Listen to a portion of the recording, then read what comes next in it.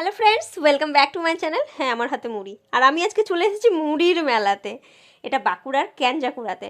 প্রথম অভিজ্ঞতা আমার এই মুড়ির মেলার, কিন্তু অভিজ্ঞতাটা ছিল দারুণ। মানে একটা বলতে গেলে একটা ভালো স্মৃতি, ভালো মেমোরি হয়ে থাকবে আমার জীবনের। বাঁকুড়া জেলার ক্যানজাকুড়া গ্রামের চৌঠা মাঘ মানে মুড়ি পার্বণের দিন। সকাল থেকে ক্যানজাকুড়া গ্রাম ছাড়াও বিভিন্ন জেলার মানুষ এই মেলাতে এসে উপস্থিত হয়। দ্বারকেশ্বর নদীর পাড়ে সঞ্জীবনী আশ্রমে পয়লা মাঘ থেকে 24 প্রহর ব্যাপী হরিনাম সংকীর্তনের মধ্য দিয়ে শুরু হয় এই মেলা, শেষ হয় চৌঠা মাঘ। 4 দিন মেলা থাকলেও আসল ভিড় হয় এই চৌঠা মাঘে। আর আমরা কেন বাদ থাকবো, তার সঙ্গে আমরাও চলে এসেছি চৌঠা মাঘের মুড়ির মেলাতে। সেদিন সকাল থেকে ক্যানজাকুড়া গ্রামের আশেপাশের সমস্ত গ্রাম থেকে লোকজন মুড়ি, চপ, সিঙ্গারা, লঙ্কা, নারকেল, শশা, মূলো, পেঁয়াজ, বিলেতি, হ্যাঁ বিলেতি মানে আমি বলে দিচ্ছি, এখানকার লোক বিলেতি বলতে টমেটোটাকে বোঝায়, জিলেপি, বেগুনি, চানাচুর ইত্যাদি নিয়ে হাজির হয় একদম নদীর চারপাশে। সকলে মিলে একসাথে মুড়ি মেখে খায়। সকলে মিলে একসাথে মুড়ি মেখে খাওয়ার অভিজ্ঞতাটাও দারুণ। আর আমি মুড়ি পছন্দও করি, মানে আমার জন্য একদম মানে পারফেক্ট একটা অসাম একটা অভিজ্ঞতা বলতে পারো। সকলে মুড়ি খাওয়ার পর নদের পাড়ে মেলা দেখে, কেউ বিশ্রাম করে, কেউ আপন মানুষের সাথে একান্তে সময় কাটায়। অবশেষে দুপুরে সমস্ত মেলায় যত লোক উপস্থিত হয়েছিল তাদের জন্য প্রসাদ বিতরণীয় ব্যবস্থা থাকে। প্রসাদে থাকে খিচুড়ি, মন ভরে খাও। আর এত সুন্দর অভিজ্ঞতাটা হলো যার জন্য, সে হলো চিন্ময়দা, মানে আমার বরের সহকর্মী। সে পুরোপুরি মেলাটা আমাদের দেখিয়েছে, থাকার ব্যবস্থা, খাওয়া দাওয়া সমস্ত কিছু দায়িত্ব নিয়েছে।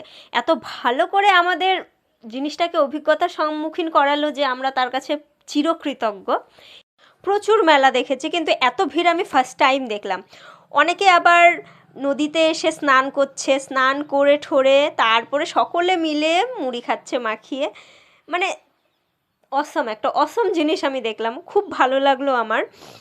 আর অনেকটা কীরকম টাইপের মেলাটাকে বুঝলাম, গঙ্গাসাগরের মেলা যেরকম হয়, নদীতে স্নান করে তারপরে সবাই মেলা ঠেলা দেখে ঠেকে আসে, ঠিক ধরতে পারো ওরকম টাইপের, মানে আমার ওরকমই লাগলো। কিন্তু তখন আমি শুনেছিলাম যে কৌতূহল হয়েছিল মনে, যে মুড়ির মেলা না, মানে একটু অবাক হয়েছিলাম, আবার একটু কৌতূহল হয়েছিল, দেখার একটা ইচ্ছে ছিল অনেক, বাট সেটা আজকে ফাইনালি পূরণ হলো। খুব ভালো লাগলো আমার।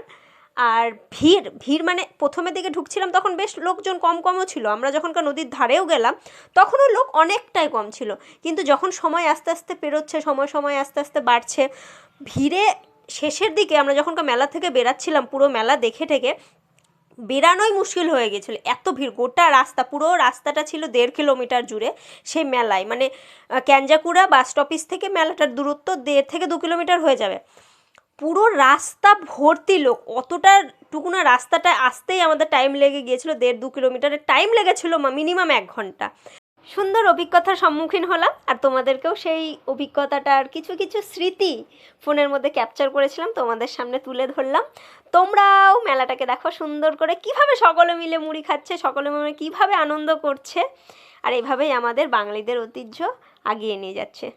থ্যাংক ইউ স্পেশালি চিন্ময়দা, শিউলি আর আমাদের সকলকে। এ বাচ্চা মেয়েটা খুব কান্না করছিল, আমাদের সঙ্গে গিয়েছিল, বেচারা বল মারতে পারেনি আর গামলা বাড়ি নিয়ে আসতে পারেনি, তাই এত কান্নাকাটি করছিল। ওকে, টাটা, বাই বাই, দেখা হবে নতুন ভিডিও নিয়ে, বাই।